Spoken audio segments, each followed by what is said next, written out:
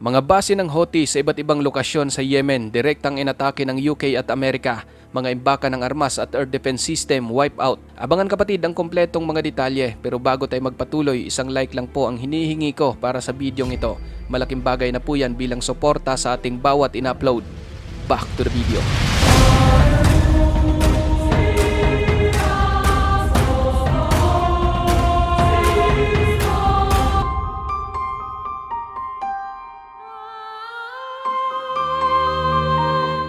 Nito lang Huwebes mga kapatid, January 11, 2024, naglunsad ng mga airstrike ang militar ng US at UK sa mga target na kontrolado ng Houthi sa Yemen. Ang naturang mga airstrike ang nagsisilbing tugon matapos ang US at mga kaalyado nito ay nagbabala sa Houthi na magkakaroon ito ng hindi magandang kahihinatnan dahil sa mga pag-atake nito sa commercial shipping sa Red Sea.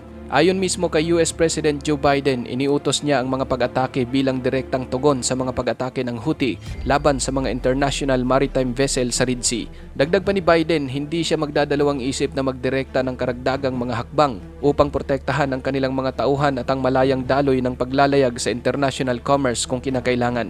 Ang nasabing pag-atake ay sanib puwersa na isinagawa ng mga puwersang militar ng US, kasama rito ang United Kingdom na mayroong suporta mula sa Australia, Bahrain, Canada at Netherlands. Matagumpay na naisagawa ang mga airstrike laban sa mga target sa Yemen na ginagamit ng Houthi na mailagay sa panganib ang freedom of navigation sa one of the world's most vital waterways. Base naman sa British Prime Minister na si Rishi Sunak, ang mga pag-atake sa Yemen ay isang gawa ng pagtatanggol sa sarili na may layuning bawasan ang mga tensyon at ibalik ang katatagan ng rehiyon. Sa pahayag naman ng US Air Force Central Commander, natumbok at talagang na-wipe out ng US kasama ang mga puwersa ng koalisyon ang nasa mahigit 60 mga target. Higit sa 100 mga precision-guided munition umano ang kanilang ginamit na siyang tumama sa 16 na mga lokasyon sa Yemen. Kinabibilangan ito ng command and control node, munition, depot, launching system, production facility at air defense radar system. Nito namang Biyernes ng hapon, ayon sa direktor ng Joint Staff ng Amerika, mayroon pang 12 panibagong lokasyon ang tinamaan ng mga airstrike noong Huwebes kasunod ng mga unang airstrike. Ang naturang mga pag-atake na kinundina ng ilang lider sa buong Middle East ay pumaslang ng 5 at 6 na mga nasugatan. Ngunit ayon sa tagapagsalita ng mga rebelde na si Yahya Saree, ang naganap na mga airstrike ay hindi makakapigil sa patuloy na pag-atake ng Houthi sa mga barko sa Red Sea. Ayon sa mga eksperto kapatid, ang mga pag-atake ng US at UK sa Yemen ay senyales ng lumalaking international alarm threat sa isa sa pinakakritikal na daluyan ng tubig sa mundo.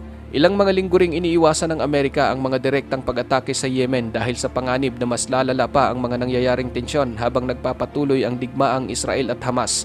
Ngunit ang patuloy na pag-atake ng Houthi sa international shipping ay nagtulak sa koalisyon na kumilos. Ayon sa mga opisyal ng militar ng Amerika, kasangkot sa mga pag-atake sa Yemen ang USS Florida, isang guided missile submarine na tumawid sa Red Sea noong November 23, USS Philippine Sea guided missile cruiser, 2 Arleigh Burke-class guided missile destroyer, ang USS Gravely at maging ang USS Mason. Naglunsad din ang US ng 22 fixed-wing aircraft kabilang ang mga F-18 na mula sa USS Dwight D. Eisenhower aircraft carrier. Base naman sa British government official, 4 sa kanilang British Typhoon jet ang inilunsad mula sa Akrotiri, isang pangunahing airbase ng UK sa Cyprus at 2 Voyager air-to-air refueling tanker. Lumipad sila patimog at nakiisa sa US at magkasamang binigwasan ang 2 target sa Yemen na kontrolado ng Houthi na parehong ginamit para sa paglulunsad ng pag-atake ng drone at missile.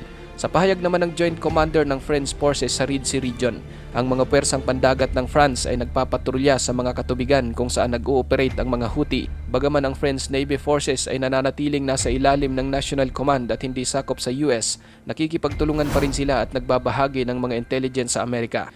Sa mga hindi po nakakaalam kung sino nga ba itong Houthi na sinasabi at bakit madalas ang mga barko ng US at mga kaalyado nito ang kanilang tinatarget sa Red Sea. Ang mga Houthi ay isang Yemeni militia group na ipinangalan sa kanilang tagapagtatag na si Hossein Badreddin al-Houthi at kumakatawan ang mga ito sa Zaidi branch ng Shia Islam.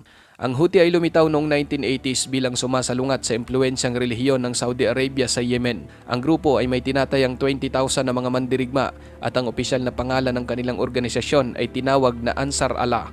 Karaniwang nag-ooperate ang mga ito sa kanluran ng Yemen at pinamahalaan ang baybayin ng Red Sea. Sinusuportahan ng Iran ang Houthi bilang bahagi ng matagal ng pagkikipaglaban nito sa Saudi Arabia at sinusuportahan naman ng grupo ang Hamas sa digmaan sa Gaza. Pagkatapos ng madugong pag-atake ng Hamas sa Israel noong October 7, sinabi ng pinuno ng Houthi na si Abdul Malik al-Houthi na ang kanyang libu-libong puwersa ay handang suportahan ang mga mamamayang Palestinian at harapin ang mga kaaway. Ano naman ang nangyayari sa Red Sea? Ang Red Sea, mga kapatid, ang isa sa pinakaabalang shipping channel sa mundo. Nasa timog ito ng Suez Canal, ang pinakamahalagang daluyan ng tubig na nag-uugnay sa Europe papuntang Asia at silangang Africa. Matatagpuan naman ang Yemen sa kahabaan ng timog silangang baybayin ng dagat, kung saan naaabot naman ito ang Gulf of Aden. Nang magsimula ang digmaan sa Gaza, di nagtagal nagsimula na ring maglunsad ang Houthi ng mga pag-atake sa mga sasakyang dagat ng Amerika sa Red Sea gamit ang drone. Yun nga lang, karamihan sa mga ito ay na-intercept ng US at ng Israel. Noong November 29, lalong tumaas ang tensyon nang i-hijack ng Houthi ang isang car carrier na chartered ng isang Japanese company at na-link sa isang Israeli businessman at dinukot ang mga tripulante. Sinabi ng Houthi na ang lahat ng mga sasakyang dagat na nauugnay sa Israel o mga kaalyado nito ay magiging isang lehitimong target. Naging sunod-sunod pa ang mga pag-atake ng Houthi sa mga sasakyang dagat sa Red Sea at bagamat karamihan ay napigilan ng US at mga kaalyado nito, ngunit dahil sa takot maraming shipping company ang nagpasya na i-bypass ang ruta ng Red Sea at lumihis sa Cape of Good Hope ng South Africa na nagresulta ng karagdagang oras at gastos sa paglalakbay. Ang mga ginawa na ito ng Houthi sa Red Sea ay talaga namang nagbigay ng sakit ng ulo sa Amerika. Kaya bilang tugon noong December 18, inihayag ng US ang pagbuo ng Operation Prosperity Guardian bilang tugon sa mga pag-atake ng Houthi. Ang US ay umiwas sa direktang konfrontasyon hanggang noong December 31 napilitang paputukan ng mga helikopter ng US Navy ang isang grupo ng maliliit na bangka ng Houthi na nagtatangkang sumampa sa isang container ship. Dahil dito, todas ang 10 militante at nagmarka ang pangyayaring iyon sa isang bagong yugto ng krisis. Noong January 9, pinabagsak naman ng mga barkong pandigma ng US at British ang 21 mga drone at missile na pinaputok ng Houthi. Noong Martes, ang muling pag-atake ng Houthi sa Red Sea ay siya na talagang nagbigay ng go signal sa Amerika na atakihin ang kanilang mga base sa Yemen itong Huwebes. Matagal na tinitimbang ng Amerika ang kanilang isinagawang pag-atake sa mga posisyon ng Houthi sa Yemen. Iniisip nila na maaring magdudulot ito ng mas matinding krisis sa gitnang silangan at makakapaglikha ng isang malawak na salungatan na kanilang pinaniniwalaan na maaring ito ang layunin ng Iran. Ngunit dahil sa paulit-ulit na pag-atake ng Houthi sa mga international shipping lane sa katimugang Red Sea, napilitan silang atakihin ito sa kadahilanang marami na nga sa mga pinakamalaking shipping company sa mundo ang iniiwasan ng Red Sea. Sa isang talumpati ng Huwebes, sinabi ng pinuno ng Houthi na si Abdul Malik al-Houthi, ang kanilang tugon ay mas higit pa kaysa sa kanilang ginawang pag-atake sa mga barko ng US sa dagat. Ipagpapatuloy din umano nila ang kanilang pagsalakay laban sa mga komersyal na barko sa Red Sea at ang mga airstrike daw na ginawa ng US at UK sa Yemen ay isang barbaric, terorista at hindi makatarungang pagsalakay na sumasalamin sa isang brutal psychology. Ikaw kapatid, ano ang masasabi mo sa kaganapang ito? Para sa iyong opinion, i-comment mo na yan sa ating comment section sa ibaba. At kung nagustuhan mo naman ang videong ito, paiwan naman ako ng like at pasubscribe na rin sa ating munting channel.